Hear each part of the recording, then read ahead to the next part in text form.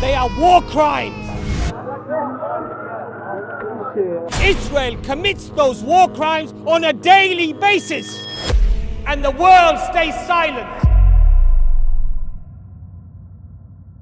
They say Israel has the right to defend itself. It's like saying Jimmy Savile, the prolific child raper, has a right to defend himself when the child scratched him while he was raping it. If you treated a dog in this country the way that the Palestinian child is treated in Palestine, wallahi, Allah is my witness, you would be arrested for treating a dog in that manner. Today they're treating human beings worse than an animal. And we speak out against the oppression, and we will not tolerate people, and we are not going to be on the back foot, and we're not going to be defensive. We're going to say what you're doing is genocide, it's mass murder, it's the killing and the quashing of innocent people, and it has to stop.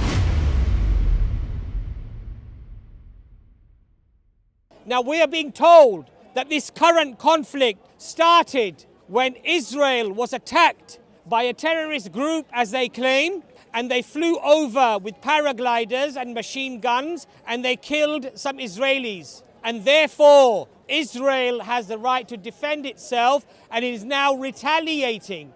But what a lot of people don't realize, they don't acknowledge, and they don't know that this attack was not just an attack that happened, that instigated a response. In reality, the Palestinians have been attacked for the last 75 years of their existence. And that attack and that oppression has not ceased, and it has not stopped. This is not the catalyst as to the conflict that we see today. The clocks did not start when the rockets flew over from Palestine into Israel. The clocks did not start for this conflict when some paragliders flew in and shot some innocent Israelis. The conflict started way before. And if you look, even just a few weeks and a few months before the conflict, on the 18th of September 2023, before the current crisis, Save the Children reported that 38 Palestinian children were killed by Israeli forces just leading up to this conflict, making that the worst year on record, of killing innocent Palestinian children just before this current conflict. So don't be fooled when they tell you that Israel is retaliating. Israel are not retaliating. Israel has always been the aggressor. Israel has always been the instigator, the propagator. It is not the Israelis that are retaliating, but up to now, every retaliation is by the Palestinian people. So don't forget this, my friends. Don't let them persuade you that they are simply reacting to an offensive by the Palestinian people, when in fact they have been the ones who have been carrying out the offensives non-stop every day of the lives of the Palestinian people for the last 75 years. Under the United Nations Charter for the Human Rights, they regard Israel routinely commits war crimes to the Palestinian population, an innocent population that has no military, no navy, no air force, no army, and it attacks them mercilessly on a daily basis. Under the United Nations, my brothers and my sisters, not that I need them to quote to me as a Muslim as to what is valid or invalid, but according to their own charter, according to the very laws that they constructed, they said using excessive force, targeting of civilians, and disproportionate force are all acts and all crimes against humanity. They are war crimes, and Israel commits those war crimes on a daily basis, and the world stays silent.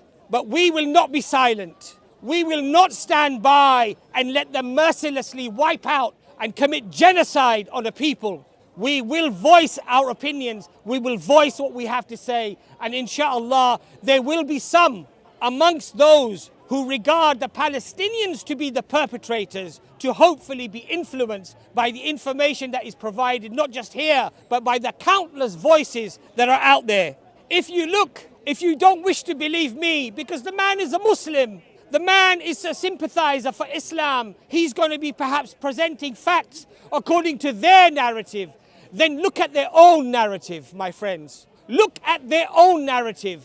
If you study the organization for the Israeli soldiers who are breaking the silence, Breaking the Silence is an organization that catalogues and interviews Israeli soldiers who have gained a conscience and who are speaking out against the atrocities that they are committing on a daily basis. Hear what they have to say. If you don't believe me as a Muslim, believe the Israeli soldiers who are telling us that we deliberately and continuously on a daily basis humiliate the Palestinian people. We attack civilians. This is their words, not my words. We stop the teachers going from schools. We stop the children going to schools. We attack them, we shoot them, we humiliate them, we raid them in the middle of the night, waking the children up at gunpoint to make them fear us, to dominate us. These are not my words. These are the words of Israeli soldiers who have gained a conscience. You don't want to believe me, then at least believe them. At least allow that information to wake you. If you are asleep that the Muslims are complaining, that the Muslims are crying, that the Palestinians are crying, and you wish to just remain in your slumber, then at least allow these facts to wake you from your slumber. There is no excuse today for people who say that I'm ignorant and I don't know what's happening. There are resources available today that were not available to our fathers or our grandfathers or the generations that came before. Today, the internet is completely flooded with information, and even the lies and the propaganda are easily combated if you are interested to find out the truth. But if you're happy to have your predispositions fed because you hate the Arabs, because these are backward, medieval people with a medieval religion full of hate, and you just wish to reinforce those predispositions, then yes, you will find the sewage on the internet to feed you, to give you the gluttony, to fill your souls and your hearts with that evil lies, with those deceptions. But if you have a conscience and you wish to at least side with the victim and ensure that you do not side with the perpetrator, the one who has created this mess in the first place, then open your eyes and educate yourselves. There's a lot of information out there. And again, if you don't want to believe a Muslim man who stands here crying about the Palestinians, then listen to Noam Chomsky, the professor who is Jewish himself. Listen to Norman Finkelstein, Ilan Pappé, who are political scientists. Their parents are survivors of the Holocaust. They have no dog in the race. They don't attribute any support necessarily to any group or any people, but they speak with the evidence and the facts. And what do they say? What do they argue? The same things that I have mentioned to you today, that Israel commits on a daily basis war crimes on a predominantly civilian population, women and children. If you treated a dog in this country the way that the Palestinian child is treated in Palestine, wallahi, Allah is my witness, you would be arrested. You would be arrested for treating a dog in that manner. Today they're treating human beings worse than an animal, and the world stays silent. The world says, we stand for Israel. How disgusting. What are you standing for? You're standing for a country, a nation, a political movement of Zionism that is aggressively and actively destroying and crushing the dreams of children and women to live in their land in peace. Now people say, let's not talk about figures. Let's not talk about how many here and how many there. Let's just say that both of them are killing each other. Let's just say both of them are fighting one another. Let's not look at the figures. I wonder why they say this. I wonder why they don't want you to look into the figures. Could it be that the imbalance that I'm about to tell you is so grotesque that they don't want you to know about it? So let's have a look at what they did in the last conflict. Protective edge. Homes destroyed. How many homes did these sophisticated rockets that were being fired into Israel, how many homes were destroyed? How many? One. How many homes did Israel destroy in the Palestinian territories? How many? 24 hours the bulldozers were going. The missiles were flying. How many? One home in Israel, 18,000 homes in the Palestinian territories. So when you don't want to talk about the figures, when you don't want to talk about the numbers, I know why you don't want to talk about those numbers. Because those numbers are damning. They condemn you, they quash you, they crush you, they destroy any remnants of support for Israel. So you don't want to talk about those numbers. The Israelis destroyed 285 kindergartens, nurseries for babies, for children, and one was destroyed in Israel. They destroyed 73 medical facilities in Palestine. 73 in Palestine. How many medical facilities were destroyed in Israel? 0. Duck, zip, 0. Now, yes, these figures are uncomfortable for people. They don't want to talk about the numbers because the numbers condemn them to their hypocrisy. The numbers condemn them to their utter contempt for justice and fairness. So what do? They say, let's not talk about the numbers, please. Let's just say it's a conflict. It's a war. They're just as bad as each other. My friends, these figures speak for themselves. They're not just as bad as each other. The figures speak for themselves. When you put Mike Tyson in a ring with a 3-year-old, it is not a battle or a bout, my friends. It is a massacre. They say Israel has the right to defend itself. Israel has the right to defend itself. It's like saying Jimmy Savile, the prolific child raper, has a right to defend himself when the child scratched him while he was raping it. Would you ever utter such a thing? Would you ever agree to such a concept? As vile and as disgusting as that is, this is your support for Israel. Shame on you. Your soul is dead. You have no hearts. Your hearts are stone. Do you not see the evidence that unfolds in front of you? You wish to remain blind and deaf and dumb to the misery of people? Or is it because, they're Arabs, they're medieval, these people are backward. You know, they teach their children to hate the Jews, so wipe them off, kill them, destroy them. There are very important lessons in history, my friends, that we need to contemplate. And all those of you who want to hang the flag of Israel off your buildings and on your Facebook posts, just remember one thing, that in history, the supporters of tyranny are never remembered. They are disgraced, even by their own families. If you have a Nazi in your generation, your forefathers, you'll even change your surname. You don't want to be attributed to that scum.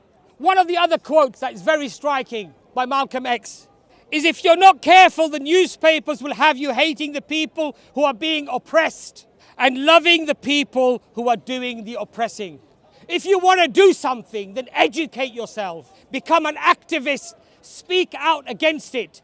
Do things that you are allowed to do according to your religion, and don't overstep the mark. And one last message to my Palestinian brothers and sisters, that your resilience and your strength has strengthened our iman. This is dawah for us, because in light of the destruction, in light of the tyranny and the oppression, you are still saying Allahu Akbar. Allah is the greatest.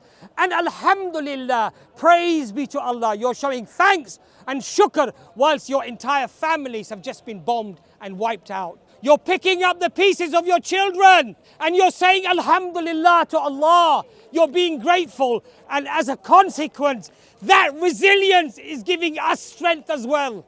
So Jazakallah khair to my brothers and sisters in Palestine, and know that your brothers and your sisters around the world are supporting you, and there will be a day when you will be freed, and there will be a day when the people who spoke against the oppression will be the ones who will be celebrated, and the maniacs, the psychopaths who have supported this by military means or even your words, then you will be forgotten. You'll be destroyed in history. Nobody will want to know you or attribute anything to you. Your own families will disown you and they will not want to know you. But the people who stood up and they spoke out against this oppression, those are the people that will be remembered. Those are the people that will stand in front of Allah subhanahu wa ta'ala on the day of judgment, and they will say, Ya Allah, I did whatever I could do. I spoke out. You told me there were 3 signs for iman, for belief. You said the first one was to stop it with my hands. I was incapable. I couldn't do that. The second one was that you speak out against it. And the third one was just feel that it is evil in your hearts. So Alhamdulillah, at least we do the first stage and we do the second stage. And we speak out against the oppression. And we will not tolerate people. And we are not going to be on the back foot. And we're not going to be defensive. We're going to say what you're doing is genocide. It's mass murder. It's the killing and the quashing of innocent people, and it has to stop.